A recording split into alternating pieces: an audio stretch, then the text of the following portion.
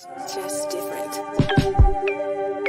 I see the way these people moving, gotta step according. These days you never know who's watching, better keep your 40. Been on my soapbox for years, saying the end was coming. While y'all was busy popping Zans, the master plan unfolded. Now all I see is bot bitches and fake niggas and pussy niggas who only bust triggers on other niggas. You get an illegal weapon and started taking pictures like them feds ain't watching, all in your celly system. China's here, motherfucker, they're no longer coming. We wear the shackles on our faces and you niggas love it. You get an illegal weapon and started taking pictures like them feds ain't watching, all in your celly system. China's here, motherfucker, they're no longer coming. We wear the shackles on our faces and you niggas love it. You niggas really sold your souls for 3,200, but when them tanks hit the streets, better get the bussin'. Mask off, man. Mask off, nigga. Mask off, man. Mask off, nigga. Mask off, man. Mask off, nigga. Mask off, nigga. Mask off, nigga. Mask off, mask. Mask off, nigga. Mask off, mask. Mask off, nigga. Mask off, mask off, mask off, nigga. Mask off, man. They cheering on censorship, I hope you pay attention. Whatever happened to the laptop that came from Clinton? Judge quit the fucking trial when she killed a witness. Biden kissing little kids, gripping on their business. Trump was trying to tell you niggas, but you never listen. Unless CNN say you never get the message. Fauci lying to the Senate, peeping how we sweat. I know a pussy when I see one, bitch, it gets wet. Bill Gates gotta run it too, I ain't forget. Depopulation's the agenda, black man's a threat. Vaccinate everybody, I'm peeping how they rushing. But I'm like, fuck all you pussies, I'd rather get the bussin'. Mask off, man. Mask off, nigga. Mask off, man. Mask off, nigga. Mask off, man. Mask off, nigga. Mask off, nigga. Mask off, nigga. Mask off, mask. Mask off, nigga. Mask off, mask. Mask off, nigga. Mask off, mask off, mask off, nigga. Mask off. They might not shoot the messenger, but they gon' hang a nigga. Cracking heads and turn around trying to vaccinate us. I won't fall for the dick in the tailpipe like giving away my wealth, bitch. I'd rather damn die. If I said I wasn't worried, shit, I'd be a damn lie. I brought a child in this world and I'm scared for his damn life. They wanna take away the kids if we don't comply. That's why they wanna take our guns so we can't fight. But I'll be damned, I got this 6, we live on paper time. Work a 9 to fucking 6, sweat to make a dime. I can't go for the bull, tired of the fussin'. Hit Kamala with the big dick and started bussin' us. Mask off, man. Mask off, nigga. Mask off, man. Mask off, nigga. Mask off, man. Mask off, nigga. Mask off, nigga. Mask off, nigga. Mask off, mask. Mask off, nigga. Mask off, mask. Mask off, nigga. Mask off, mask off, mask off, nigga. Mask off. White liberals who have posed as our friends. White liberals who have been eager to point out what the white men in the South have been doing to us, while they themselves here in the North are doing the same thing. They have been making a great fuss over the South, only to blind us to what is happening here in the North. And now that the eyes of America's 20 million blacks can easily see that this white fox here in the North is even more cruel and vicious than the white wolf in the South. The southern wolves always let you know where you stand. But these northern foxes pose as white liberals. They pose as your friend, pose as your benefactor, pose as your employer. They pose as your landlord. They pose as the neighborhood merchant. They pose as your lawyer trying to help you. They infiltrate all your organizations. And in this manner, by joining you, they strangle your militant efforts toward freedom, toward justice, and toward equality.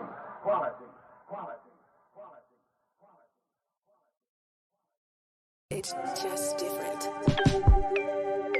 I see the way these people moving, gotta step according. These days you never know who's watching, better keep your 40. Been on my soapbox for years, saying the end was coming. While y'all was busy popping Zans, the master plan unfolded. Now all I see is bot bitches and fake niggas and pussy niggas who only bust triggers on other niggas. You get an illegal weapon and started started taking pictures like them feds ain't watching all in your celly system. China's here, motherfucker, they're no longer coming. We wear the shackles on our faces and you niggas love it. You niggas really sold your souls for 3,200. But when them tanks hit the streets, better get the bussin'. Mask off, man. Mask off, nigga. Mask off, man. Mask off, nigga. Mask off, man. Mask off, nigga. Mask off, nigga. Mask off, nigga. Mask off, mask. Mask off, nigga. Mask off, mask.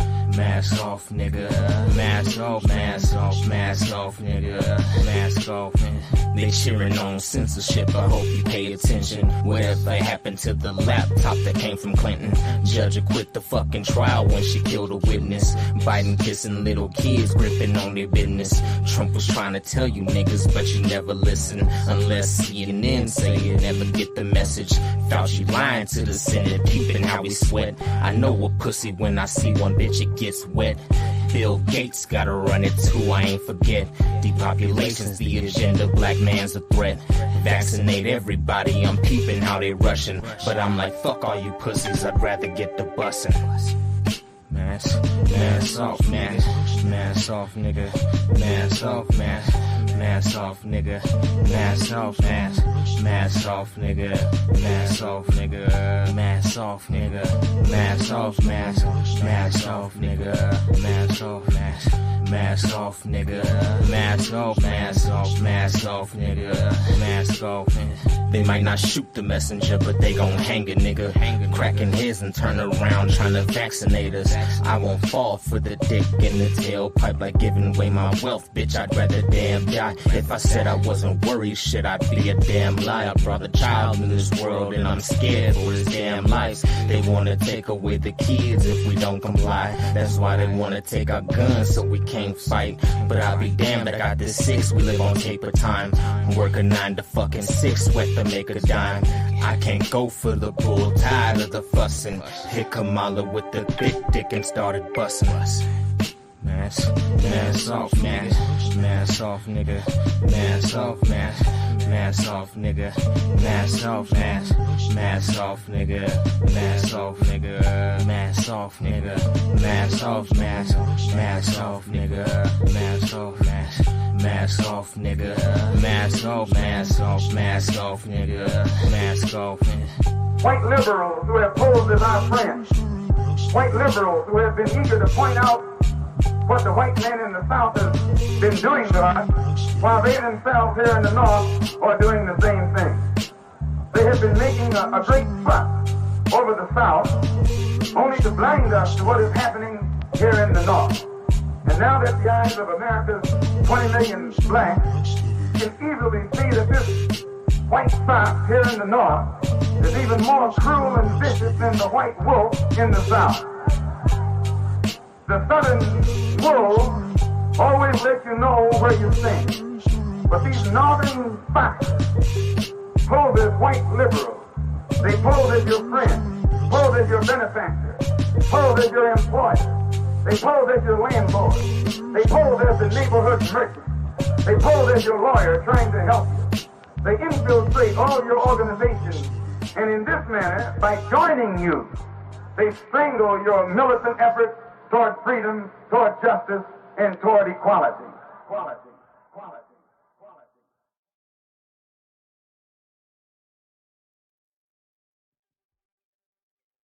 Equality. Motherfucking hallelujah. Hell yeah. Yes, sir. Yes, sir. I needed that in my soul. So I can get on here. Give y'all the real truth, the real business. Welcome to the motherfucking culture show.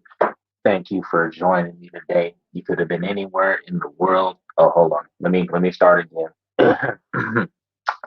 Welcome to the culture motherfucking show. Okay.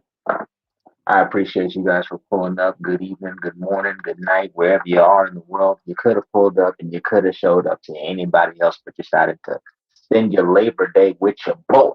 And I appreciate that very much.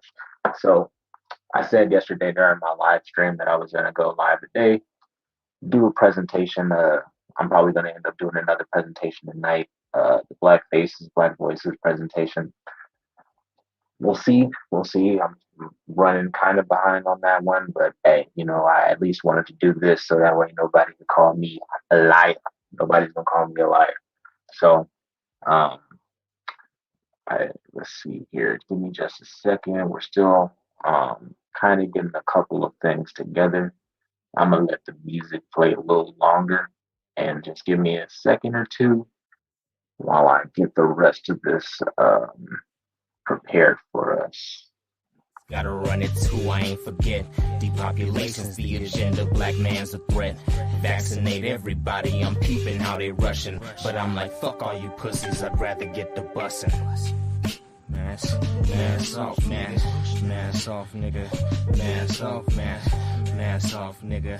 Mask off, mask off, nigga. Mask off, nigga. Mask off, nigga. Mask off, mask off, nigga. Mask off, mask off, nigga. Mask off, mask off, nigga. Mask off. They might not shoot the messenger, but they gon' hang a nigga.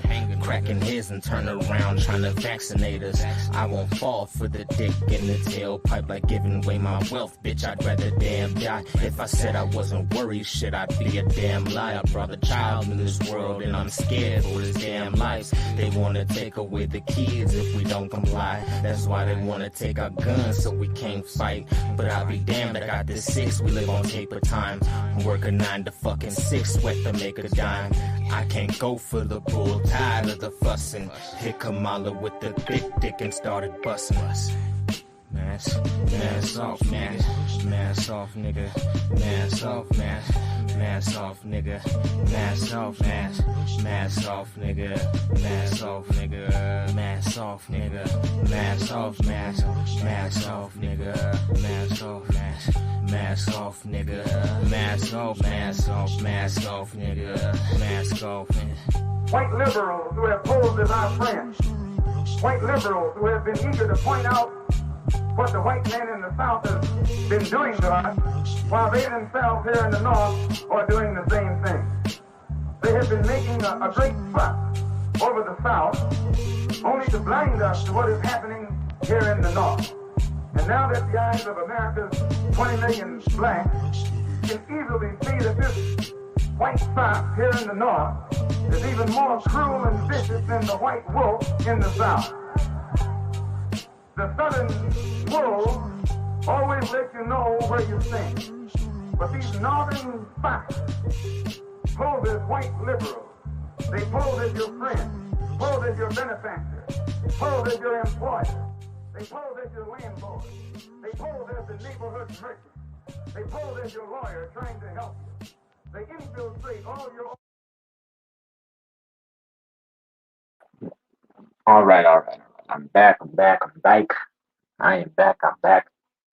Let's go ahead and get into this. So, let's see here.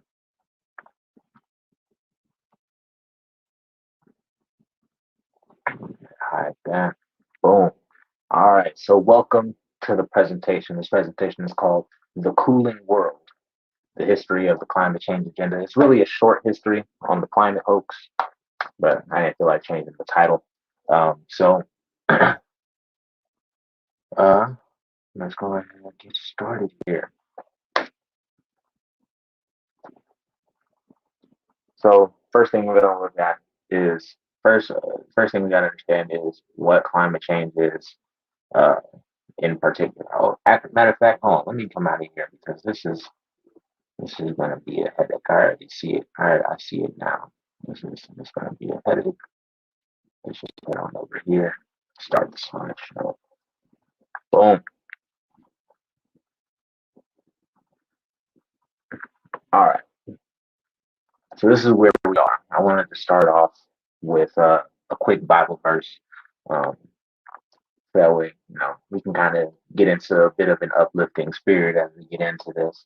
This is Mark 4:19. I like this one because 4:19 is my birthday for one, and also it's just a real nice message to hear. So, but all too quickly, the message is crowded out by the worries of this life, the lure of wealth, and the desire for other things. So no fruit is produced. And what that says to me is that because we're so infatuated with this world, because we're so infatuated with the things that this world can provide. And it is a beautiful world that we've been provided. Um, we tend not to produce fruit. We stop working as hard. We lose that desire to work hard. And that is kind of the message I get from that. Obviously that's a bad thing. So let's get into what is climate change exactly. All right. So we got Al Jazeera, I believe this is.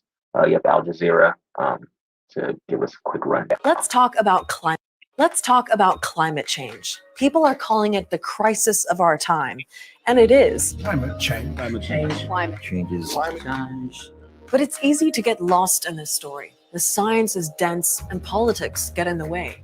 World leaders are meeting in Madrid to talk about the climate crisis and how to slow it down. And they're under pressure from millions of people around the world calling for concrete action. The empty promises are the same, and the inaction is the same. So what exactly are we doing wrong, and how do we fix it?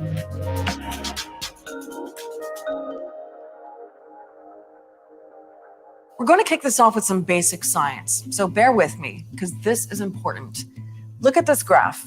These are the levels of carbon dioxide in our atmosphere over hundreds of thousands of years. But this spike in carbon dioxide at the very end, that took off during the Industrial Revolution. We started breaking CO2 records in 1950, and we haven't stopped since. Why? Well, scientists say there's a 95% chance that human activity is the cause. We've been burning more and more fossil fuels like oil and coal, which release CO2, to power our homes, factories, airplanes, and cars. There's also a lot more of us. The global population has tripled in the past 70 years. And we're consuming more products from animals that release another pollutant called methane. So all those gases are released into the air, and when sunlight gets into the Earth's atmosphere, some of the heat gets trapped and the planet gets warmer. That's why they call it the greenhouse effect. But the concern is not that the Earth is getting warmer. It's that it's happening far too quickly. But it's actually the warmest temperature on Earth since the last ice age, since 10,000 years ago. The UN says that right now, our world is about 1 degree hotter than pre-industrial times. That's around the year 1800, which is okay. In fact, the UN says if we warm by 1.5 degrees before the end of the century, we should be fine.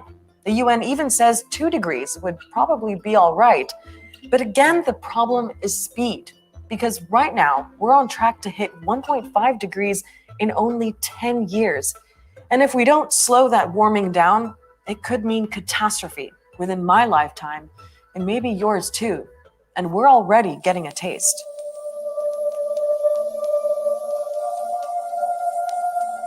Climate change is here. Climate change is happening. We're well into the 6th mass extinction event. Europe is currently colder than the Arctic. More than 1,000 people being rescued just in the early morning hours of Sunday. Millions of people are likely to suffer worsening food and water shortages. Drought, which is now in its 10th year, is a phenomena that's here to stay. We've never seen a year's worth of rain in less than 7 days. Sea levels are rising about 3 millimeters a year because seawater expands as temperatures get warmer. Melting ice sheets and glaciers also add trillions of tons of fresh water into our oceans. People around the world are already losing their homes. And if things carry on, millions more of us will have to pack up too. Entire coastal cities could be underwater within 80 years, like Miami in the US or Osaka in Japan. Entire island nations in the Pacific could completely disappear. Natural disasters becoming more and more intense, more frequent, with more devastating consequences. The dramatic impacts of drought in different parts of the world, all this is creating a situation that is a real threat to humankind, and we are not doing enough. If 99% of doctors said to you, take this medicine or you will get really sick and probably die, you would take it.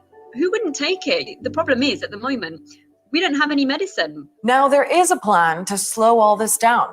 Back in 2016, world leaders signed the so-called Paris Agreement, And the big pledge is to cap temperatures rising by 1.5 degrees or a maximum of 2 before the year 2100. So countries set their own targets on how much CO2 they emit. But here's the thing, 3 years after the agreement, global CO2 levels are still going up. CO2 emissions have been going up the last year by 2%, so that's actually above the average of the last 10 years. So it's started to increase again, and it doesn't look too good. In some ways, we're going backwards. The United States will cease all implementation of the non-binding Paris Accord and the draconian financial and economic burdens the agreement imposes on our country. The US, one of the world's biggest polluters, has pulled out of the Paris deal. Russia and China are accused of not giving themselves ambitious targets in the first place. Turkey and Poland want to build more power plants that use coal. And then there's the skeptics. It's a political decision that there is man-made global warming. Forced the computer models to say, aha, human influence, CO2 and other stuff. The ground-based temperature data has been massaged to show an increase, but the satellite data shows no increase. On the other hand, there is positive momentum. There's more awareness, and some countries are making progress. India, Morocco, and the Gambia have massive renewable energy projects. There are different countries doing things successfully. So some countries are, for example, making all public transport free in the cities. What a great way to encourage people out of their cars. But experts say what's needed now is an even bigger push to change everything about the way we run our world. Business as usual has got to change. Politics as usual has got to change. In order to combat that, we have to change the system that has allowed it to happen. You can't have infinite growth on a finite planet. And everyone can do that by shifting to renewable energy, reducing the use of cars, use train more, cycle more, eat less meat, consume a bit more carefully. So where does that leave us? Well, there's only so much bike riding and light bulb replacing that you and I can do every day. But the truth is that it's those everyday things that are going to change anyway. Even coffee could run out if farmers can't grow it. So the expert advice is that it's down to all of us to change our ways and shake things up, or climate change is going to do it for us. If there's a story you want to get your head around, let us know. Get in touch with us on Twitter. Are you scared yet? Are you scared yet? Are you shivering in your boots yet? If you're not shivering in your boots, I don't know what's going to get you there. I don't know what's gonna. If you're not shivering in your boots off of that, y'all, like man, oof. Climate it's getting hotter. It's getting hotter. 1.5 degrees Celsius. Gotta stop it at 2. Gotta stop it at 2. All right. Otherwise, the Earth's gonna get too hot. All right. And if the Earth gets too hot, the polar caps, they melt. Right. Polar caps melt. Sea level rises and everybody dies. Cool. All right. So I'm glad that we're all relatively scared and shitting our boots right now. I'm taking the position of skeptic in this debate, and I agree with this man right here. So you might be asking me, who's this skinny guy? Let us be honest as Republicans. Let us be honest as Republicans. This is Vivek Ramaswamy. Okay? The skinny guy with the funny last name, as he said himself. This is Vivek Ramaswamy. He's running for president in the GOP. He's in the GOP primary right now, polling at third place, second place in some polls. But this is what he said at the presidential debate. I'm the only person on the stage who isn't bought and paid for, so I can say this. The climate change agenda is a hoax. The climate change agenda is a hoax. And we have to declare independence for it. And the reality is, the anti-carbon agenda is the wet blanket on our economy. And so the reality is, more people are dying of bad climate change policies than they are of actual climate change. Governor what an insightful young man, right? What an insightful young man. Now, when Vivek went off and he said this at the debate, now there was a spur of allegations that he was a climate change denier and that he's a flip flopper, he's a fraud, or all this and that. And I'm here to take the position that he's right. He is absolutely right. The climate change agenda is definitely a hoax. He never said climate change is a hoax. We all agree that the climate changes. It gets hot, it gets cold, it rains, it snows, and the cold wind blows. We know this, okay? We get that. But the agenda of, man-made climate change is going to, end the world, and we have to take all these drastic steps in order to change our ways, in order to be, in order to stop the earth from getting so hot that it's going to burn everybody. All right. Um, I'm just going to have to disagree, right? So let's move on. So this is a quote from Klaus Schwab. Klaus Schwab, he's the head of the World Economic Forum, and what he says is environmental pollution, terrorism, and many other global threats do not stop at borders. We all bear global responsibility and thus need a global identity to enable us to cope with them. We must learn to integrate different levels of identity in ourselves. What matters is not either or, but both and. Okay. Now, basically, what Klaus is saying here is that everybody in the world, everybody in the globe needs to come together, to fight this demon that is climate change, to fight this demon that is pollution, because it's environment is terrorism. It's environmental terrorism. That's what it is, right?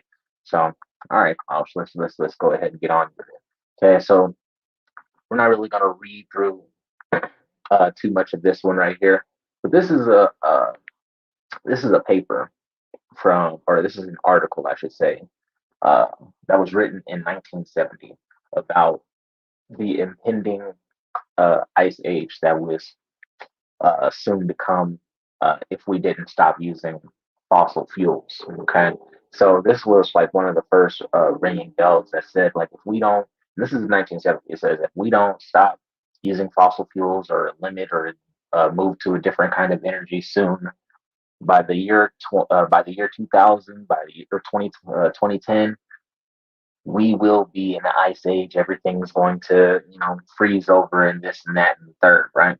So I went ahead and put down the link down here. We're gonna move to this guy right here. No, not this one. Yeah, we're gonna go ahead and skip past that. All right. Actually, no. Let's go back to right here because there was something I did want to touch on. There was something I did want to touch on. And it was this one right here. Okay. So the recent cooling. We're going to start right here. The recent cooling has been enough, according to British climatologist Dr. Hubert H. Lamb, to have shortened the average growing season since 1950 by about 2 weeks in comparison with the warmest decades. It also has doubled the frequency of snow on the ground in the most inland districts of England since the 1930s. How long is the current cooling trend? How long the current cooling trend continues is one of the most important problems of our civilization. We need to know if it's due to natural causes or man's effects. If it continues for 20 or more years, an icebreaker like Manhattan couldn't even begin to get through the Northwest Passage. And if it continues for 200, 300 years, we would be in another ice age. Okay. So this is what they were saying, okay, back in the 70s, right? But we move forward to, and this is an article, The Cooling World. This is what spawned. This is one of the most famous articles from the 1970s. This is what spawned the actual hype around the ice age, the incoming ice age. We gotta change. Our life. There's ominous signs that things are going to occur. We're gonna freeze over. We're gonna fucking freeze to death. Like this was what it was back in the day. Okay. After Y2K though, they had to kind of switch it up. But we're gonna read a little bit of the Cooling World and kind of get an idea of where scientists were in the 1970s. Okay. So there are ominous signs that the weather patterns have begun to change dramatically, and that these changes may portend a drastic decline in food production with serious political implications for just about every nation on Earth. The drop in food output could begin quite soon. perhaps only 10 years from now. The regions destined to feel the impact are the great wheat-producing lands of Canada and the USSR. And that's how long ago this shit was. This is before USSR fell. In the north, along with a number of marginally self-sufficient tropical areas, parts of Indonesia, Pakistan, Bangladesh, Indochina, and Indonesia, where growing season is dependent upon the rains brought by the monsoon. The evidence in support of these predictions has now begun to accumulate so massively that meteorologists are hard pressed to keep up with it.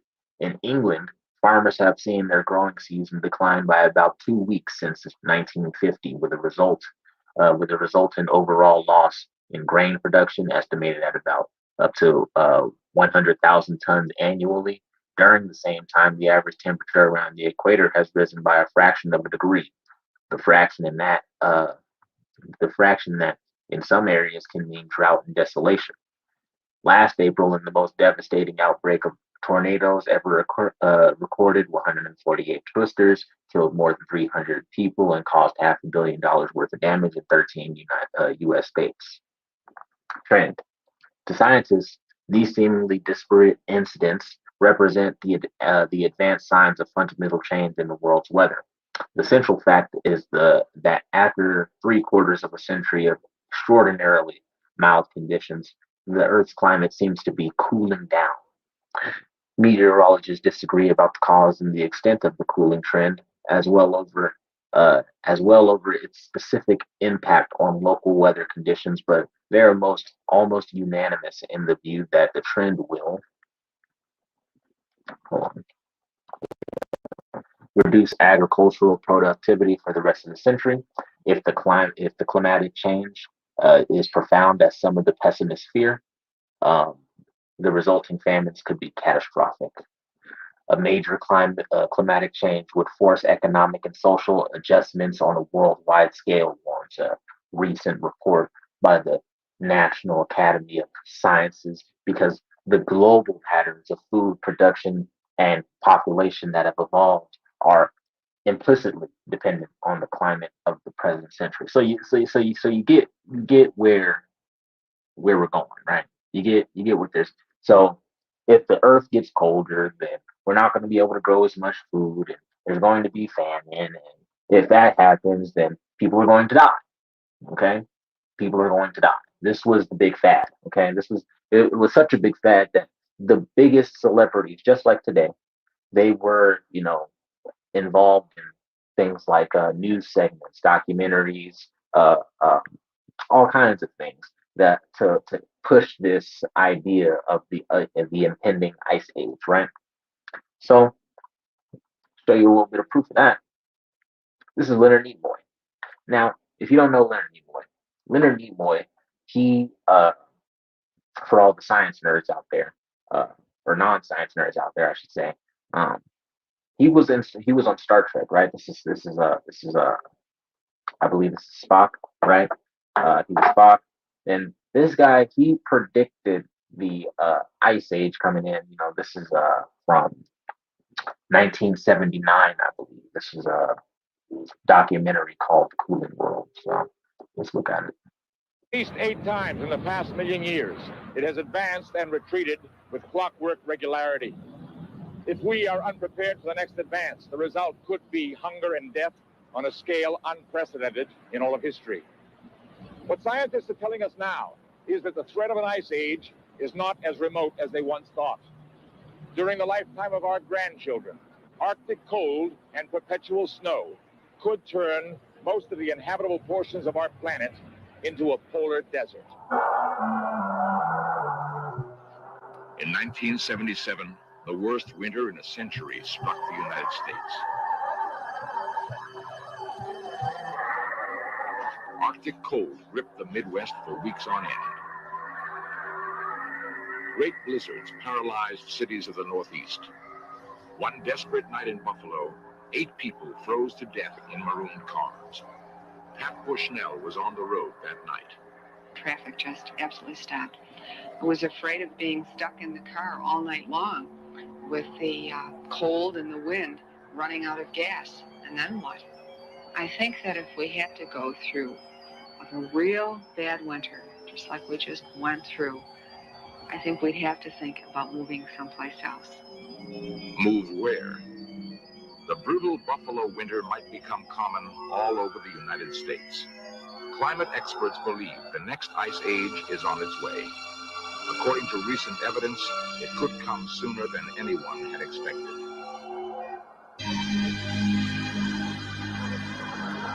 At weather stations in the far north, temperatures have been dropping for 30 years. Seacoasts long free of summer ice are now blocked year-round. According to some climatologists, within a lifetime, we might be living in the next ice age. Of the 9 planets in our solar system, only Earth has conditions favorable to human life.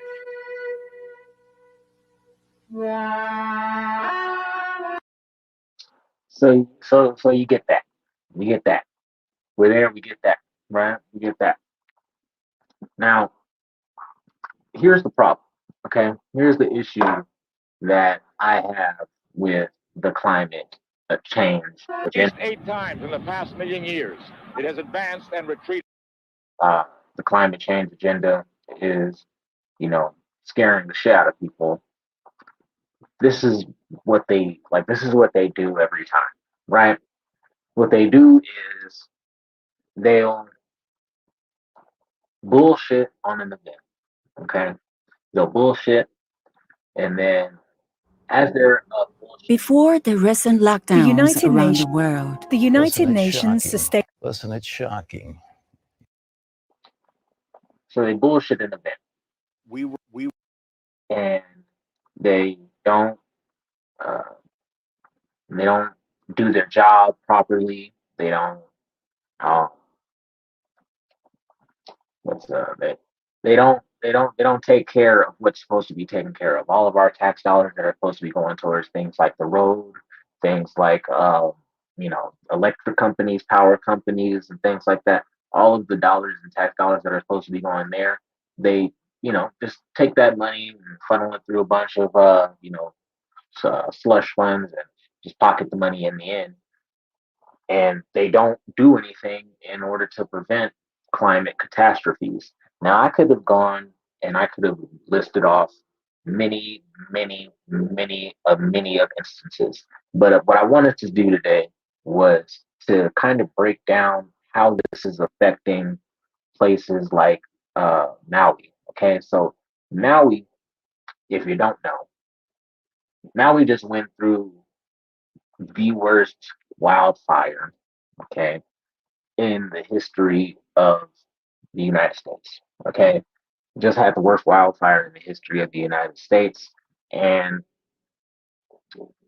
instead of going and looking for the actual cause, like what might have happened here, who was irresponsible enough to let something like this happen, the first thing they do is blame climate change. Now, my problem, like I said, it stems from the fact that they don't look into anything else, right? But let me show you something. I realize that I put in a couple of things in improper places, so we're gonna jump around a little bit. We're gonna go here, okay? Now the Maui fire started on August 8th, okay? August 8th, about 2,000 miles from mainland Maui faced the threat of destructive wildfires, okay? Claimed more than 100 lives, over 1,300 still missing, which most likely means that they're dead. So you might as well just say that about 1,400 people are dead off this fire. 2 days later, as the fire is burning out, you know what I'm saying? The final remnants of the fire getting put out, right? A book is released, right? Let's take a look at what the book is called. The book is called Fire and Fury, the story of the 2023 Maui fire and its implications for climate change. Book by Dr. Miles Stones. What does milestone mean? It means an important or significant event in history, right? And that's what a milestone is, right? Who is this milestones, right? So I went ahead and looked it up. We're going to share our screen here in a second. Okay. Miles.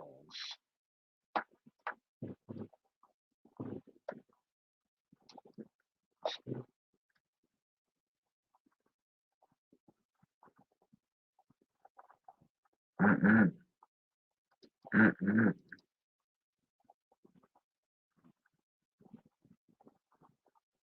And would you look at that? Oh, I didn't even share my screen yet. LOL, smiley face.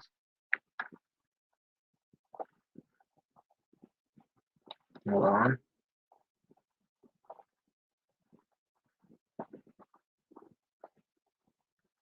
So this is Dr. Miles Stones here, right?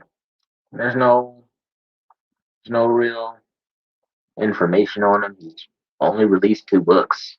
Okay, he's only released 2 books, right? Fire and Fury and the life and story of Ruth, the life story book of Ruth Blau. Okay, and both of these books came out this year. This one came out June 8th, and the one about Maui came out literally 2 days after the fire. Okay, while the flames are still burning, they're throwing water on the rest of the flames, and this book comes out about how this fire is connected to climate change and what its implications mean. Right now, I don't know about you guys, okay, but one thing that I was taught when growing up, and just one thing I was taught growing up is coincidences don't exist. Coincidences are not real. If there's a coincidence, there's a connection. Okay? There's no such thing as two unrelated things, everything that two unrelated things happening succinctly. Okay? If they're happening succinctly, that means that there is an issue. Okay? So let's go to the response. All right. Now, first thing that we have to understand is that while these fires were going off, okay, so Maui has a alarm system, a warning system that's used for shit like tornadoes, hurricanes, not tornadoes, tsunamis, hurricanes, fires, and all other kinds of natural events that may or may not occur. And while the fires were going off, guess what wasn't sounding off?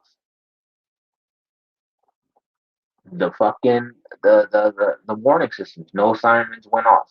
And when asked about it, the head said that he didn't regret it. Let's take a look at it.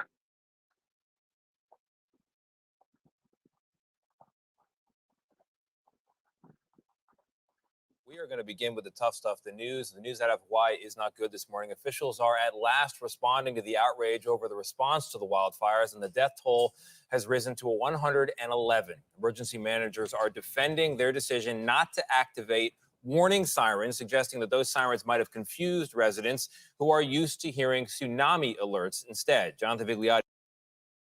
Look at that. Does that look natural to you in any kind of way? Look at that. I've been while I was doing the research for this video, I was just sitting here and I'm watching it. Like every single video that I see of the fires actually burning, I'm like, this shit it looks insane. This is insane. Like I've never seen anything like this before in my life.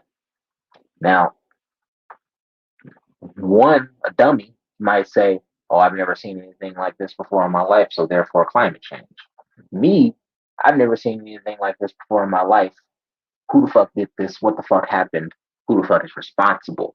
Okay, let's keep it pushing. Vigliotti challenged that assertion at a news conference yesterday amid new questions about one key official in particular, whether that official is qualified for the job at all. And Jonathan joins us now once again from the ground in Hawaii. Jonathan, good morning.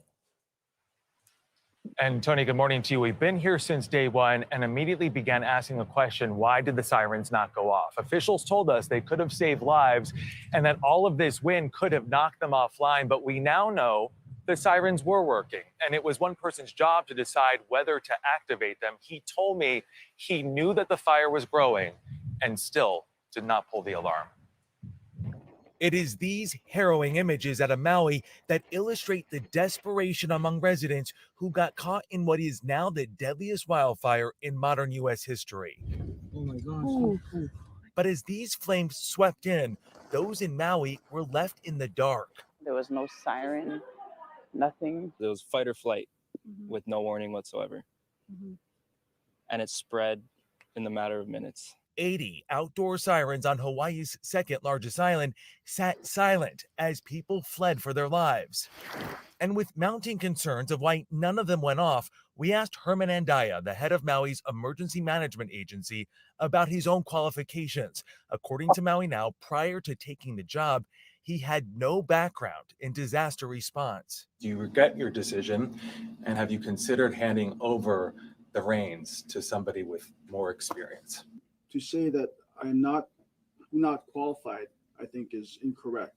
I went through a very arduous process, and I was vetted, had to take a civil service exam. I was interviewed by seasoned emergency managers, and they all deemed me qualified. In fact, I was selected.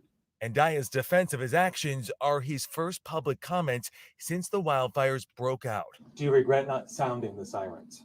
I do not. And the reason why... So many people said they could have been saved if they had time to escape. Had a siren gone off, they would have known that there was a crisis emerging. And as we know, so many bodies were found in the ground as the flames caught their heels. Give me the answer? The sirens, as I mentioned earlier, is used primarily for tsunamis. And that's the reason why many of them are found, almost all of them are found on the coastline. The public is trained to seek higher ground in the event that the siren is sounded. Had we sounded the siren that night, we're afraid that people would have gone Malka. And if that was the case, then they would have gone into the fire. By the way, I should also note that there are no sirens Malka or on the mountainside where the fire was spreading down. So even if we sounded the siren, it would not have saved those people on the mountainside, Malka. According to the state's own government website, those sirens can be used for a variety of natural and human-caused events, including wildfires. Oh my goodness. My head literally is in pain right now. Listening to that fucking piece of shit speak. Like, are you serious right now? Yeah, we didn't want to turn them on just in case people decided to run to the fire, because that's what people do when there's sirens going on. People normally run to the danger. That's what they do. They normally run to the danger. And why warn anybody, right? Like, just let it happen, just let it happen. Instead of see, they think you're stupid. That's the problem. This is the problem. They think you're fucking stupid. Okay? And it can be seen in just that exchange there. Like, you mean to tell me that the reason you didn't sound off the sirens for a wildfire, so as to call it, because you were afraid that people would run to the fire. In other words, you think people are dumb. You think people are idiots. You just think the general population is like so retarded. Okay? You think the general population is so retarded that they would run to fire as the alarms are sounding. That's why, all those people who, got burned alive in their beds, they just had to die. That's why all the kids that were just at home, that got let home from school early that day, who probably died alone, suffering hard, right? They just had to die, because if we would have sounded the alarm, right, they probably would have ran towards the fire anyways.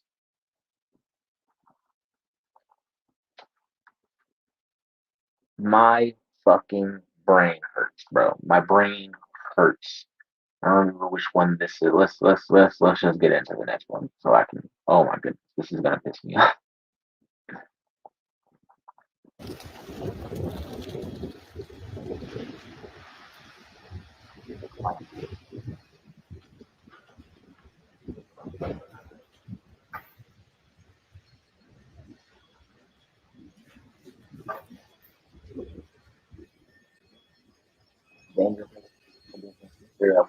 We're kind of just dealing with the worst case scenario as far as like wind and weather.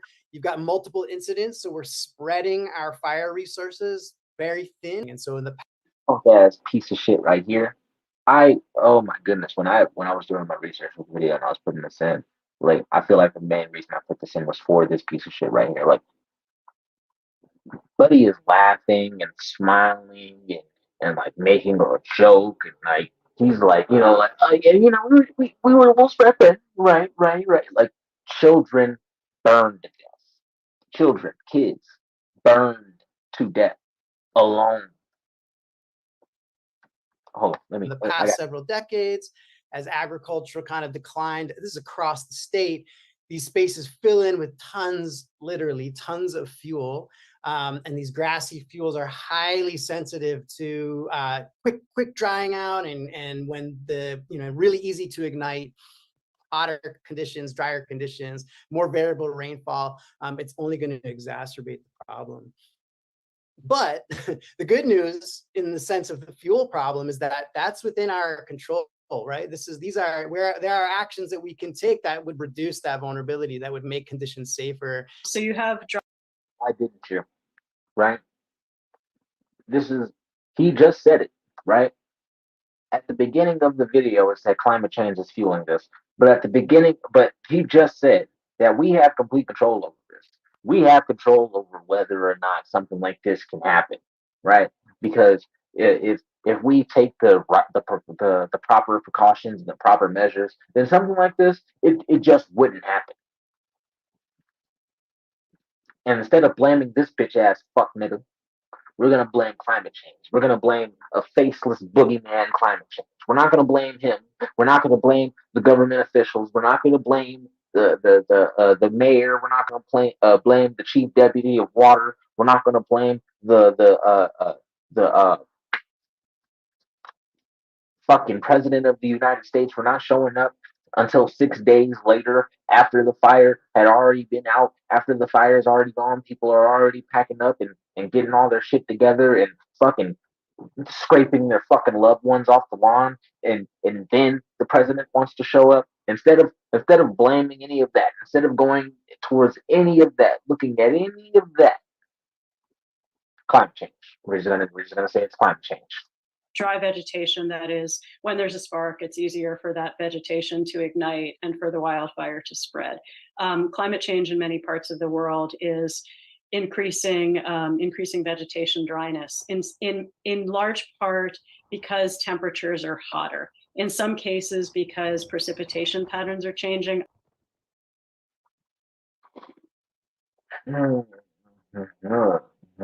I'm trying to get through this, y'all. I'm trying to get through this. This shit is intense for me.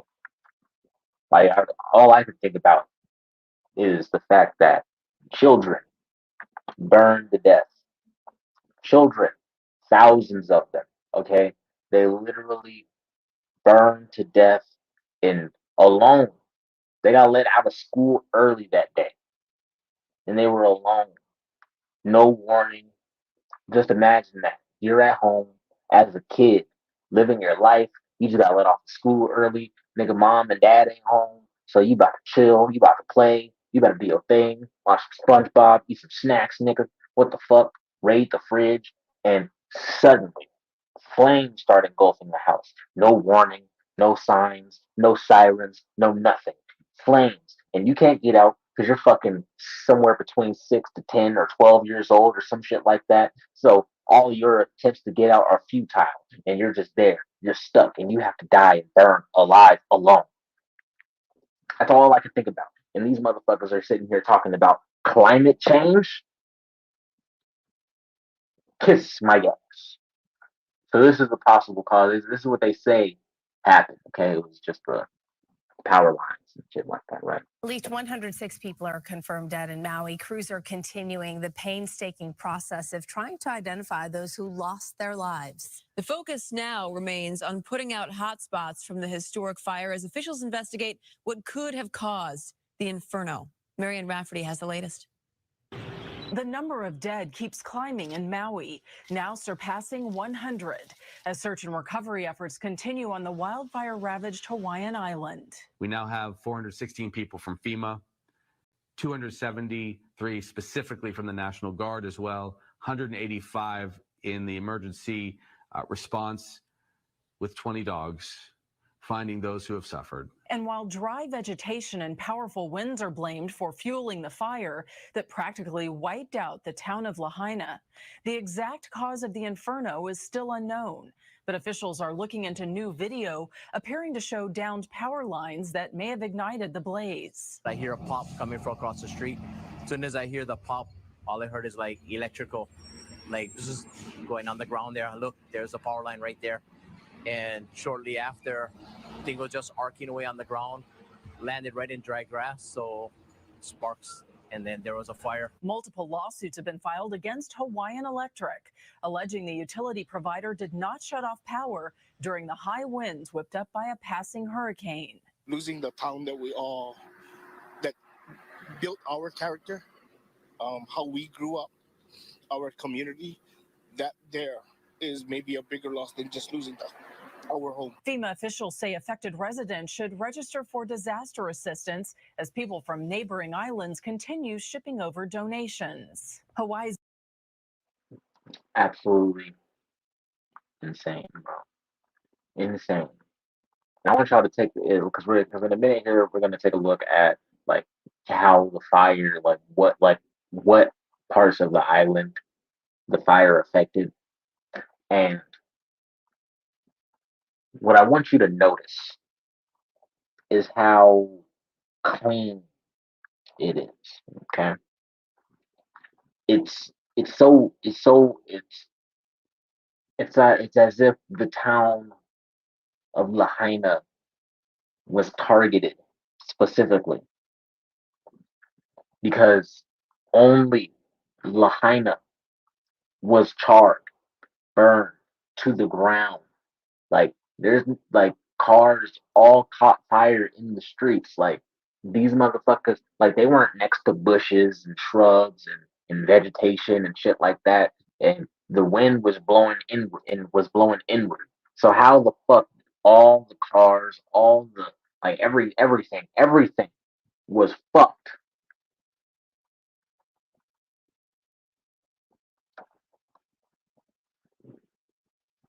We got one more video on this slide and we move to the next one. Let's take a look at this one. Oh my goodness. Oh my God, I can't see anything.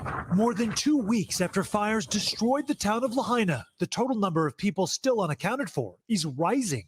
We don't want to leave any stone unturned, so we're considering everybody on that list until we can prove that they shouldn't be on that list. Overnight, 8 more victims' identities revealed, nearly all of them in their 60s and 70s, despite growing concern about how many children may have died. The FBI says no one on the list has a birth date of a minor. We've heard from parents who've said they've lost their kids. Do you think it's even possible if there's no minors on the list? How could there be this sort of conflicting information? Again, I rely, and our list, our group of people that are going through the list relies on people to let us know. But we have other means of trying to figure out if minors were involved. For instance, we're working with the school system here in Maui to try to figure out where any kids haven't shown up to school yet, that sort of thing. County leaders under intense scrutiny for the emergency response, as well as the pace of recovery and relief efforts, coming face to face for the first time with devastated residents in a public forum. We've lost our people, we've lost our homes, and for some, we've lost our purpose. The landlords who have the gumption to push evictions on their tenants right now do not care. Recovery teams have completed their search of single-story homes. Now they're focusing on commercial buildings and multi-level residences. Grandmother and great-grandmother Donna Gomes died in the blaze, just steps from her home. Her family says their matriarch had a huge heart. It brought, quote unquote, some closure to know that that was my mom, because there are other families out there that still don't know. The cause of the fires still under investigation, as officials say the recovery could take months, if not years. A critical next step. Oh my goodness. So you see that. You seen that, you heard that, you feel that, you got it in the system. Now, where am I going with this? Right? So you got the Maui fire, the line of Maui fire. Okay. All wrapped up neatly in a nice little bow. We can just blame it on climate change. And that's just it right about there. We can just kind of just end it off and cap it there, and we can move on to the next thing. Hurricane Idalia, right? Right, right, right. No, you're fucking wrong. I'm not letting this go. I'm not letting this go. Now there's an agenda. Okay, there's a climate agenda, and this is what Vivek was talking about. Okay, and it extends so much further than just this one video can do it justice. In this video, I'm mostly going to be speaking on the climate change, but it also gets into things about reproductive health and controlling the population, uh, and having everybody in one under one system, having everybody in the globe under one system, and that system is communism. That system is socialism.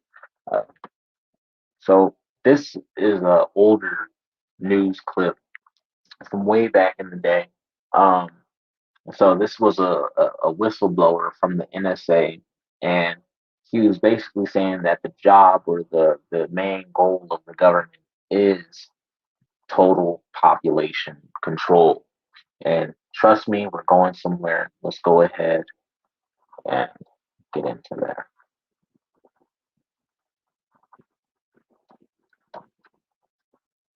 Listen, it's shocking. It's written about in the book of Revelation. Could it ever happen? The answer is, unfortunately, yes. Total population control. Bill Binney says that's what the National Security Agency wants. He should know. He was technical director of that agency and worked there for more than 30 years. He became one of their top analysts, perhaps the best code breaker in America, before he resigns because of their domestic spying programs. He's with us now from Washington. Bill, thank you so much for being with us. We're glad to see you. Well, thanks for having me, Pat. Look, how big is this apparatus of the NSA? We hear about it, but you know firsthand. Well, I think there are about 40,000 people working at Fort Meade at NSA headquarters, close to 40,000.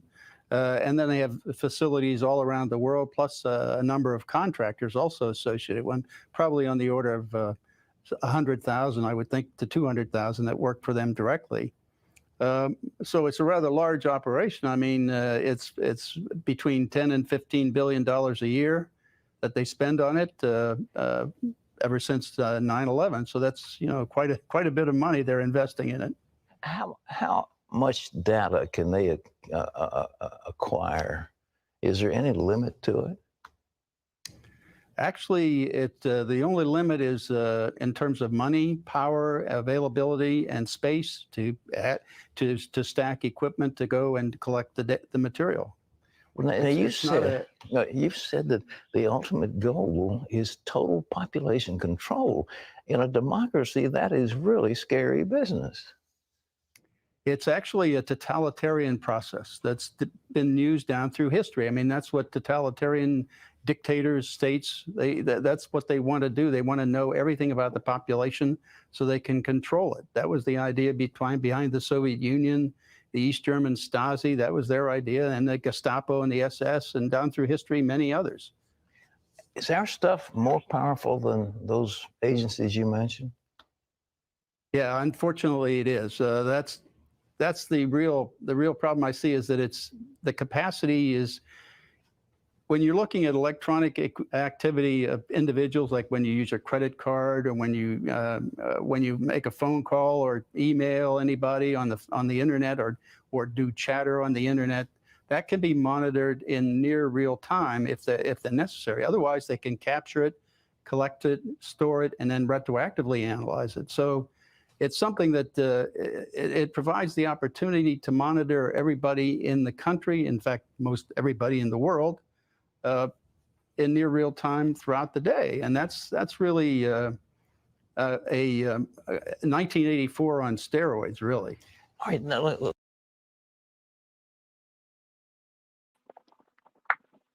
And this ain't nothing new, right? This ain't nothing new. That's why I had to bring it up. Like, this is kind of old, right? Because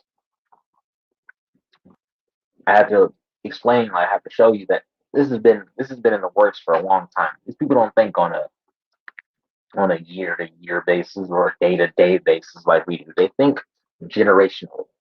Okay?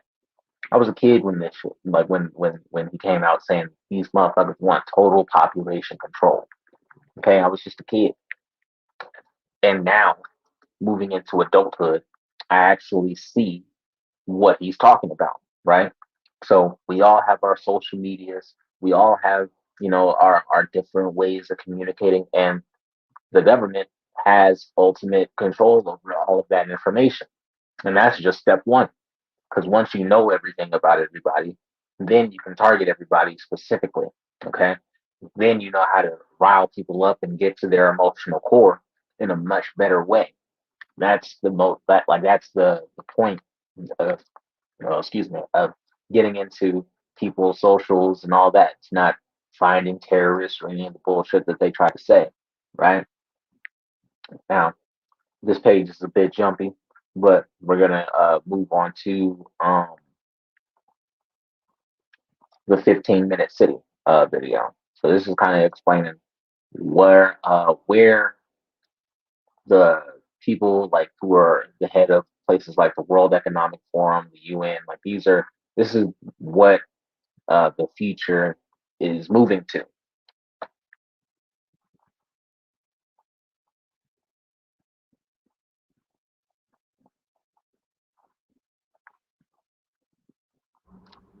Before the recent lockdowns around the world, we led hectic lives with long commutes and not enough time to spend with our families and friends.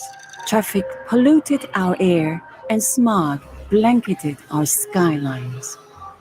What if it could be different?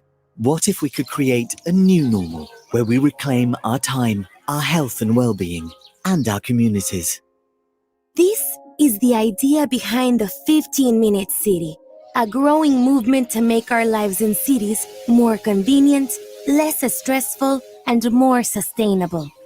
A 15-minute city is one where everything we need is close to home, where communities are safe and inclusive, where the air is clean. A 15-minute city is one where it's easy to get goods and services. Fresh groceries, healthcare, and other amenities are all just a short trip away. A 15-minute city is one where everyone has a place. A 15-minute city has affordable, accessible, and adaptable housing for households of all sizes and ages. A 15-minute city means that you can work close to home or work remotely more often. And we all play a role in our neighborhood. What if we don't go back to life as it was? What if we already have the power to change how we live? Together, we can reimagine and create the future we want. One that is cleaner, safer, healthier, and more inclusive, and gives us back valuable time to enjoy the little things. Enjoy the little things. Okay. So you heard Shorty. So we're moving into this new world where technology is going to basically technology already rules our lives. I'm talking, you want a laptop, got a phone, I got like 3 phones, nigga, you know what I'm saying? Technology rules all of our lives. We can't necessarily get through life today without social media, without a cell phone, things like that. So that was the first step. Then the next step is what we're moving into now, which is kind of moving everybody into similar areas. I don't know if y'all ever seen the Lorax shit movie, right? But there's there's a point to the, they got the whole environmental bullshit in there, right? But in there, everybody lived in the city. Okay, everybody lived in Sneedville, right? That is the concept of a 15-minute city, locked off from the rest of the world. You know, like because the rest of the world is dangerous, right? Rest of the world is dangerous, so we're locked off. We're all here inside this city, and we're connected to other cities, but only through certain networks, certain highways, certain things like that, roads, and this, that, and the other. Now, I'm going off the reservation here, right? What in the fuck are you talking about, Jason? I'll tell you. Okay. What they're doing here is they're using natural disasters, okay, and they're using other means of scaring and fear mongering people into believing in this climate crisis. They did it back in the 70s to get people out of the country and get people into the city, so we could be more sustainable, this, that, and the other, right? So they did it back in the 70s, okay? And they're doing it again today. Instead of moving into, the big cities that we live in, we're going to move into much smaller, much more compact cities with sky rises and high lines, things like that. If you've never watched a World Economic Forum summit, I definitely recommend you watch one, because what you will see here, okay, is their entire agenda. They lay it all out. They lay out the entire agenda, how they're going to do it, what they're going to do. And one of the biggest problems that they think that we're going to have to solve is, of course, population, things like that. So we're going to have to depopulate a little bit in order to get to where we want to be, because too many people, they say too many people is a problem on this earth. Let's get to this next video right here. Man, we're going to get to, hold on. Make sure we're at. Okay, yep. So that's the next one there. All right, cool. So we're gonna watch this one first, and then we'll get to the next slide. I don't think we need this one.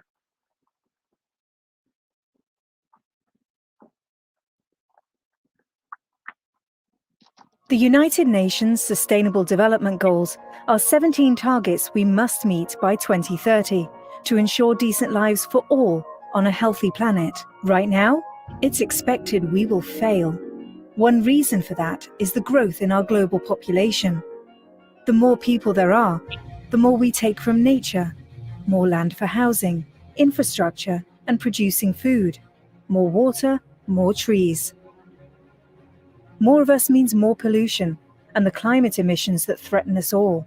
Our numbers are driving a sixth mass extinction, with 1 million species at risk of disappearing for good.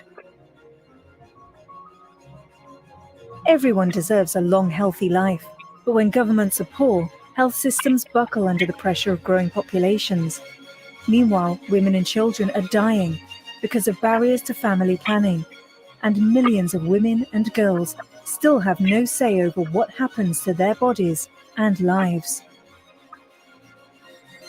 There is enough of everything for everyone on our planet now, if the richest nations take less and share more.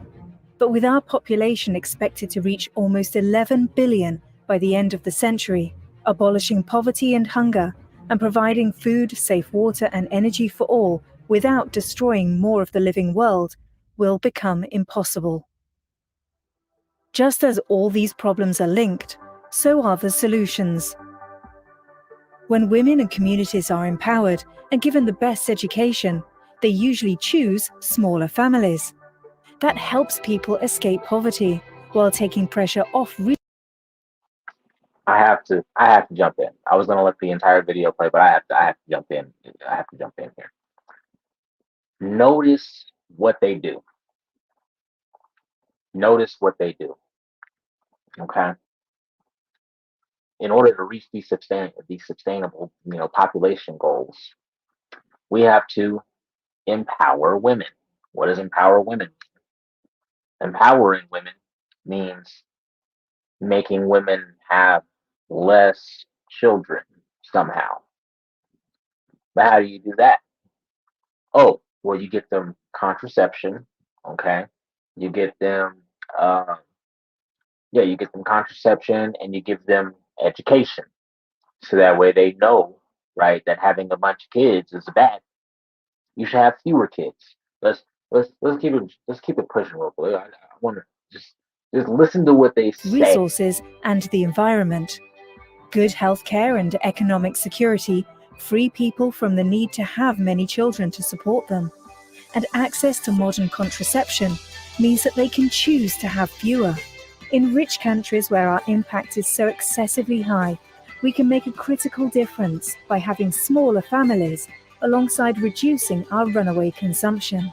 Achieving a sustainable global population matters. If we do, we can all have the dignity, security, and well-being envisioned by the Sustainable Development Goals. We must. So they want they want the women to be on birth control and not having children, and they want us to cut down on everything that we do in our lives. They want us to have smaller homes. They want us to have no cars. They want us to ride public transportation. They want us to do all these things, just basically live life publicly. But you don't hear what they're going to be doing, right? These motherfuckers are flying around on private jets to all kinds of expos all over the world. Okay, all individually, 300 private jets flying to one event to talk about climate change and what the rest of the world has to do in order to get on a sustainable path, right? Like this is what they do. This is what they do. I'm trying to give you like a broader picture, okay, of how the climate change activists think. They think of humans as parasites, okay? You heard the way the bitch was talking through the video. More people means more resources that we have to give up. It means more. Who's we? Who's we? More people means more resources. It means more water. Means more food. Means more space to buy homes. What's the problem with that? They don't ever explain that. What's the problem with that? What's the problem with having people with people taking up a little bit more land? Especially if they're doing it sustainably, as long as they're doing it sustainably, right? But maybe that should just be the problem, or maybe that should be the solution. Just if we're going to keep expanding, then we have to do it sustainably, right? Instead of let's just make them have less. Let's give them birth control, okay? Let's give them contraceptions. Let's give them the education and tell them that kids are the worst thing in the world, and this, that, and the other, right? And then they move on to the next phase of the plan, which is, moving it. Like my community's been going, the black community, we've already been going through this for half a century now. We were the guinea pigs of it. So they took the fathers out the home, they gave the women contraception, they gave the women pretty much free reign to do whatever they want. And I disagree with her presumption that when women have the right to choose, they choose to have less kids. I very much so disagree with that, because how many women do we know in this life with 3, 4, 5 baby daddies, right? Multiple kids. You know what I'm saying? All kinds of kids, and so it's not stopping them from having more kids. They're just going around and just having kids with more than one man. So that's even worse, because they believe that contraception is going to be the end all be all, this, that, and the other. Their goal is to get us into one place and get us all thinking one thing. And we live in a sustainable society, a little small 15-minute city, while they live off in their mansions. That's why, nigga, if you look at it, Oprah's mansion didn't get touched. Oprah's mansion, Bill Gates' mansion, Lady Gaga's mansion, Jeff Bezos' mansion, fucking all these different mansions that are out there in Maui. None of them got touched. None of them got touched. Just the rest of the town that's inward. Just that. Now, since we're talking about climate change, okay, this is kind of where we get into more theory, okay? And this is just my bit of speculation here, all right? So here's the problem. They say that climate change is real. And I'm not saying the climate change agenda, like it's we have to stop what we're doing. We have to, reverse the clock back or whatever the case might be, go back to the Stone Ages so that way we can live, a more healthy, sustainable life or whatever the case is, right? But they literally have the power, okay? They literally have the power to make it rain. They have the power to make it snow. They have the power to cause wildfires, and I'm going to show that here in a second. They have the power to do all these things to make all of these natural disasters. And you do notice that things are getting worse, but I don't believe it's just because, people are driving too much. I think it's because somebody is fucking with way too much shit in the sky. And let me show you what I mean. Let me show you what I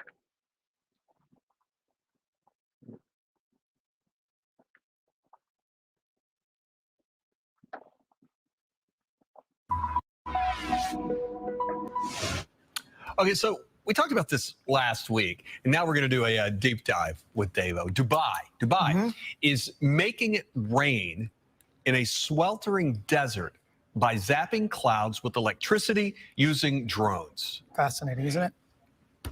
So much to ask, but let's take it, and then we'll do a few questions. Before we talk about what's happening in Dubai, let's talk about cloud seeding in general, because a lot of people, I don't think, understand what cloud seeding is. And this has been going on for decades, by the way. This is not something that's brand new. But traditionally, what cloud seeding is, it involves using aircraft or drones or even some cannons to push silver iodide up high into the clouds. Why silver iodide? Because that has the same crystallized structure as ice. So once it gets up into the clouds, it starts to accumulate ice on it and these large raindrops, which helps, especially in a cloud mass that's not really going to rain. It helps to bring rain and especially snow down. So it works. It does work marginally, but the problem with silver iodide through the years has been this, is that they feel it could be harmful to aquatic life. Okay. So over in Dubai, which is what you're seeing here, they took it a different step. And what they basically did, they had a fleet of drones that flew up into cloud cover, and they used electrical charges to force water droplets to combine into larger ones. So not silver, not cloud seeding as we know. No, they're not using the traditional silver iodide, which takes out the environmental aspect of that, okay? So they're using just electricity to create larger raindrops. Why larger raindrops? Because in Dubai, they only average about 4 inches of rain per year, as most of the rain that falls out of the clouds evaporates because it's so hot, it's so dry, and the water molecules are so tiny. So they're trying to stimulate by using electricity these droplets to be larger, hence they can make it to the ground. Now, I will tell you that the jury is still kind of out a bit on whether or not this was a fluke, whether this is something that can work long term. So they need to continue with these drones, and they're going to continue to do this. Yes, Mr. Rhodes? So, assuming it works and it wasn't a fluke, why not use this out in the western U.S. where all these wildfires are and the drought is going on? Could this not help us That's here? a fantastic question, and they've been trying. This is stuff that, first of all, it's very expensive too. You're talking about millions and millions of dollars, which is fine when you're trying to alleviate a drought. Sure. It cannot work with wildfires. Here's the thing. You can't just throw silver iodide or electricity into a clear sky and it rains. It doesn't work that way. You have to have the right cloud structure, the right cloud height. They have to be tall, getting up well into the freezing layers. Then you can try. He's lying, by the way. Try to stimulate that process. And they've done that out west. During the winter time, when they get days and days of cloud cover, they've done that, and they've noticed they've been able to increase the snowfall pack 5 to 15%. But the area and the weather, Russell, around wildfires is not conducive to that type of cloud cover, so you can't do it. In other words, we need to treat the drought, which will then... So he's lying. I have to stop it because he's lying now. He's lying now. Okay, we get it. Okay, so he says that you need a certain specific kind of cloud that has to go up into the sky so they can actually make it rain and so they can actually do anything, right? Okay, let's move on to the next video where they pretty much debunk that.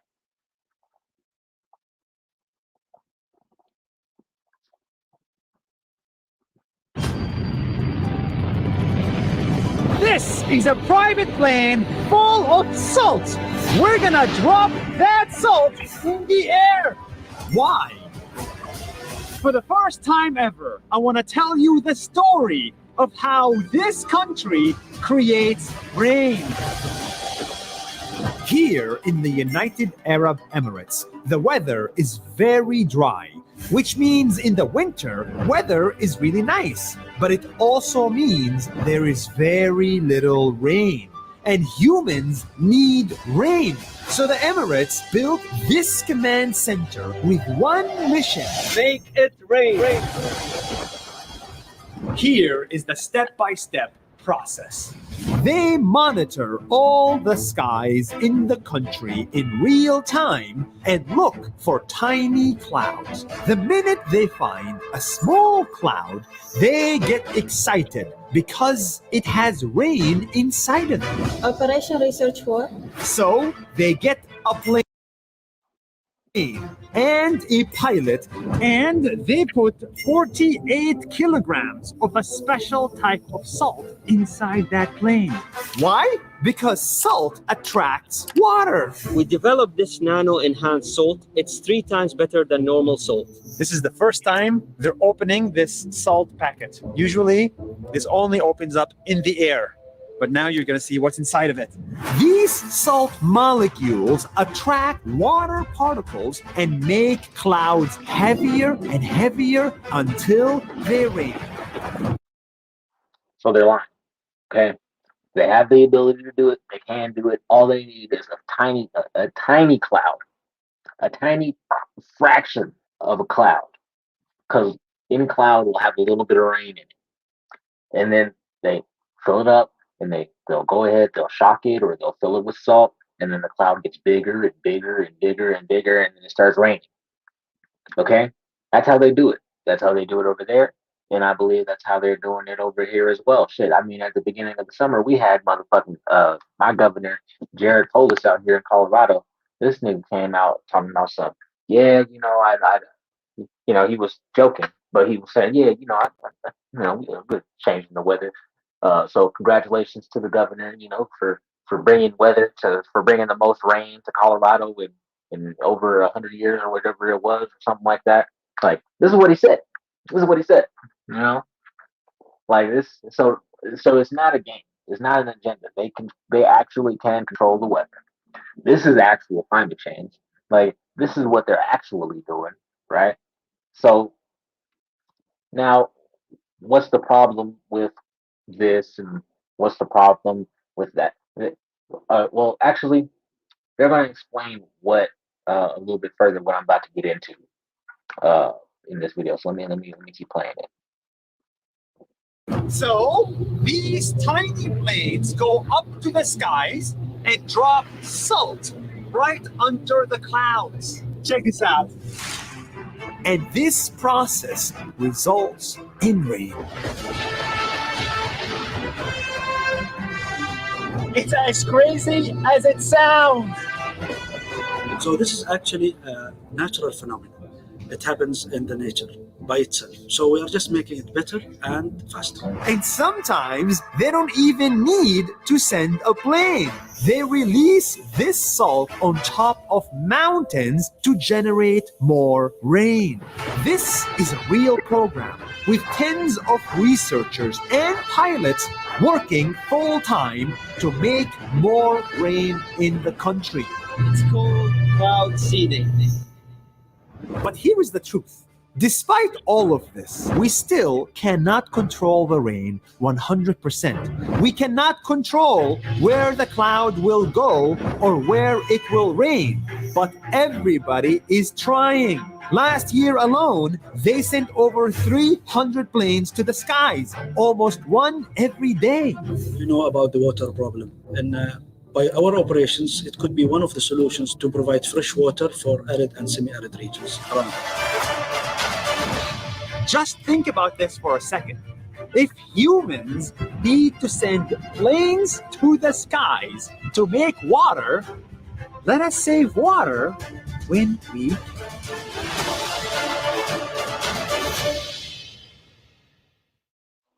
All right. So you felt that. You got that in your soul. You got that in your system. Okay.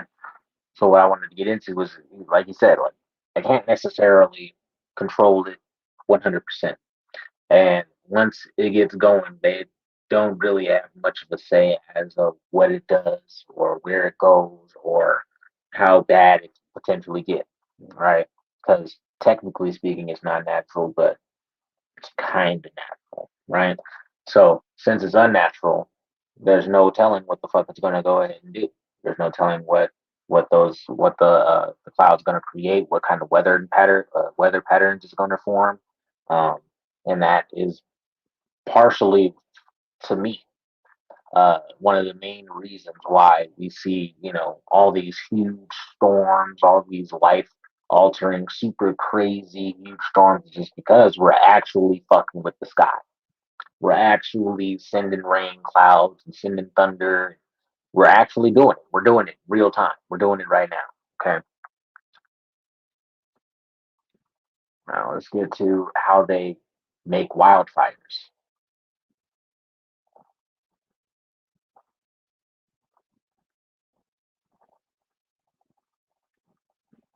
So they said, like in one of the videos that we had played earlier, that there was the down power lines, right? So they're suing Hawaii over the down powered lines, and they want answers, but I don't think it had really much to do with those power lines. And even if it did, I'm still not taking directed energy weapon completely out of the game. So on one hand, we have a deliberate attack, which it most likely was, in my opinion, or we have an accidental, not even accidental. They knew the shit was going to happen. They just never did anything about it. And this is more likely. Okay, I'm just giving you a bit of the theory, and then I'm giving you what I know from the facts that have been given out.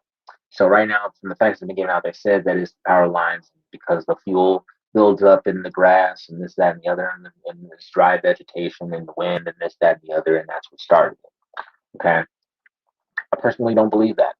People said that they heard bombs. You know what I'm saying? Like it was bomb like actual fire bombs falling from the sky, like crazy shit that you would hear from like apocalyptic stories and shit like that. You know what I mean? Like, but so that way that we're not like going completely off the reservation here.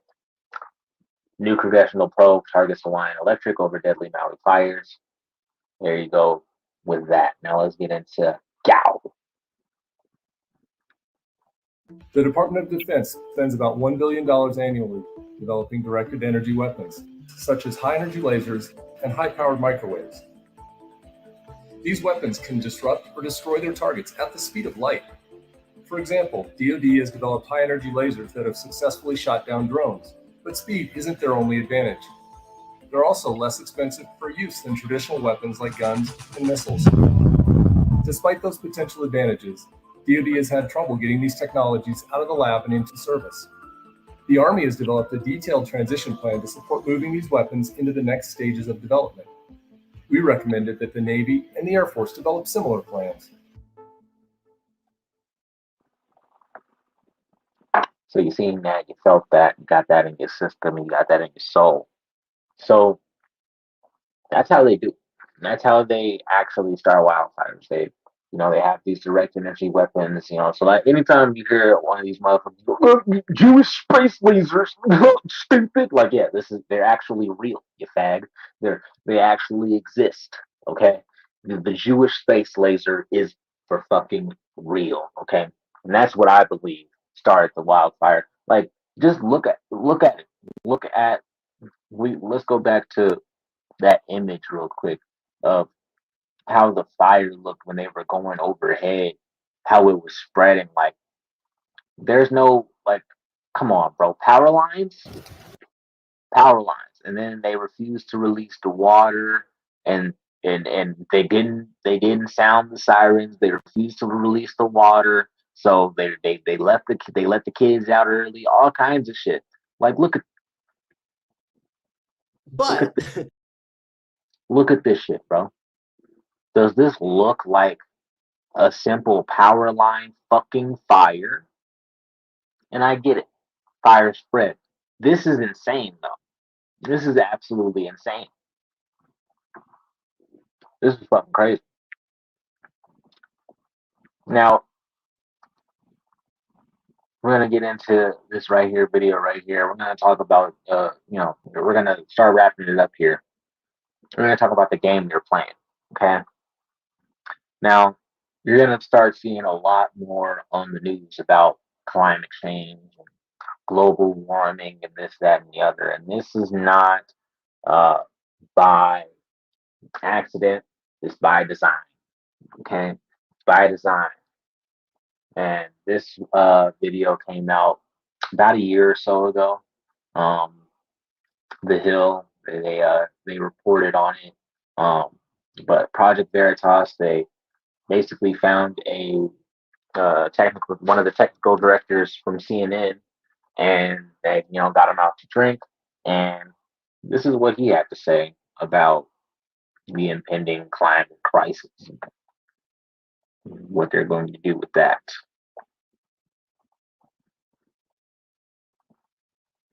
CNN's technical director, Charlie Chester, said the media company's next focus will, quote, that they will beat to death like they did with the pandemic. Will be climate change. Let's take a look. We're going to start focusing mainly on climate,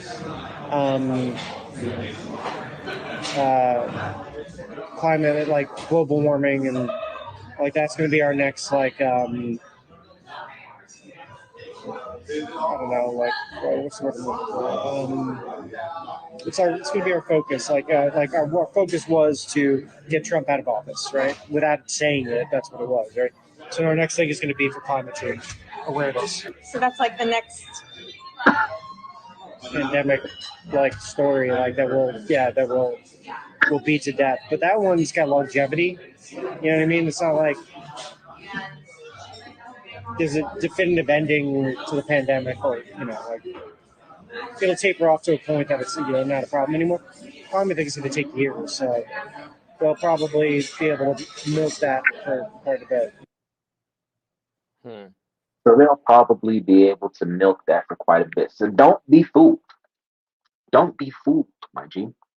This is all a part of the game. This is all a part of the program. This is all a part of the system. They're going to continue to do shit like this. You have the people out in Maui asking questions and they're not getting answers. And I'm asking questions too, and I want fucking answers too. You know what I'm saying? Like thousands of kids are missing. We're not going to sit here and act like that's not the truth. They're sitting here saying that only elderly people are missing. You're a fucking liar. Kids got sent home from school early, and this is an issue. Okay, this is a fucking issue. We have issues here. Okay, so please don't fall for the dick in the tailpipe whenever they get on the news talking about the climate change crisis is so bad, it's so crazy, it's so horrible, and every time they take another natural disaster and just say, "Oh, is climate change?" Really sit there and think about it. How many hurricanes per year do we normally get? We normally get a hurricane season every other year. Okay, we get 2-3 every other year. Hurricanes, sometimes they're big, sometimes they're small. But they'll use each of these events to, that's climate change. Any event, hurricane, climate change, tsunami, climate change. Even though these are natural disasters, these are natural disasters. Okay, climate change. They need climate change. It's all climate change, right? This is the game that they're going to play, and like he said, they're going to milk it. They're going to milk the fuck out of it. They started with Maui, now they're moving on to Idalia. It's going to be, straight climate change for the next couple of years. Just how they hammered it with Trump, it's going to be climate motherfucking change. Okay. Now, I want to start wrapping this up. I wanted to end with a Bible verse. So it's kind of a long one, but please, please, please, please indulge me here. Just indulge me. Okay. Now, I used to be an atheist. Okay. I used to be, well, I guess not necessarily an atheist, but that's what I would call it, now, or a Satanist, really. So an idolater, if you would. I believed in the old Egyptian, the spiritualism thing, and this, that, and the other, right? The Bible has so many It's so predictive of the future, and I just need you guys to kind of hear the word of God real quick on what he believes, um, like like like on his wrath, the wrath of unrighteousness, right? So just bear with me, because I think this is gonna hit the soul a little bit, because it hit mine when I actually read it. Okay. For the wrath of God is revealed from heaven against all of ungodliness and unrighteousness of men, who by their unrighteousness suppress the truth. For what can be known about God is plain to them, because God has shown it to them. For his invisible attributes, namely his power and divine nature, have been clearly perceived ever since the creation of the world, in the things that have been made, so they are without excuse. For although they knew God and as God, or give thanks to him, but they became futile in their thinking, and their foolish hearts were darkened. Claiming to be wise, they became fools, and exchanged the glory of the immortal God for images resembling mortal man, birds, animals, and creeping things. Therefore God gave them up in their lusts, gave them up in the lusts of their hearts into impurity, to the dishonoring of their bodies among themselves, because they exchanged the truth about God for a lie, and worshipped and served the creature rather than the Creator, who is blessed forever. Amen. For this reason God gave them up to dishonorable passions, for their women exchanged natural relations for those that are contrary to nature. And the men likewise gave up natural relations with women, and were consumed with passion for one another, men committing shameless acts with men, and receiving themselves a penalty for their error. And since they did not see fit to acknowledge God, God gave them up to a debased mind to do what ought not to be done. They were filled with all manner of evil, covetousness, malice, and they are full of envy, murder, strife, deceit, maliciousness. They are gossips, slanderers, haters of God, insolent, haughty, boastful, inventors of evil, disobedient to parents, foolish, faithless, heartless, ruthless. Though they know God's righteous decree that those who practice such things deserve to die, they not only do them, but give approval to those who practice them. Amen. Amen. Now, I really wanted to get that into your soul before we got out of here. I do have, excuse me, I do have another presentation potentially going live tonight. Black Faces, Black Voices, the history of the Democrat Party. But, sorry, that one kind of hit me a little hard. In closing, I wanted to kind of just reiterate that there's a cycle going on, and it's a cycle that's been going on for, since the beginning of time. These people who claim to be gods and claim to be experts and claim to be idols, they claim to know everything, and they claim to know when the end of the world is, and they'll use their expert status in society. They'll use that to pump fear, to fearmonger people, to make them scared, to make them believe that they have to change their lives around, so that way they can appease whatever the new trend is of the day. In the 70s, 80s, and 90s, you had global cooling. And now throughout the 2000s, 2010s, and 2020s, we will be subject to global warming. If it ain't one thing, it's always going to be another. Because if it's not one thing, then it has to be another. That's what I wanted to end with today. And I'll see you guys tonight. Hopefully, if I don't have my presentation done by tonight, then we're just going to go ahead and do another live. We're just going to do a Culture Reacts. But I appreciate you guys for pulling up. You could have been anywhere in the world, but you decided to pull up and hang out with your boy. So I appreciate that very much. I'm gonna go ahead and end this off with my song. If you guys have any questions, please leave them in the comments section. I'll be sure to try to read them. I don't got no followers anyways. I'll read the motherfuckers. Don't worry about it. So go ahead, leave a like, subscribe to the channel, comment, follow me on Rumble so that way I can start live streaming on Rumble. That's what I really want to do, because that's where the money's at. And yeah, I hope you guys have a great rest of your day. Peace the fuck out.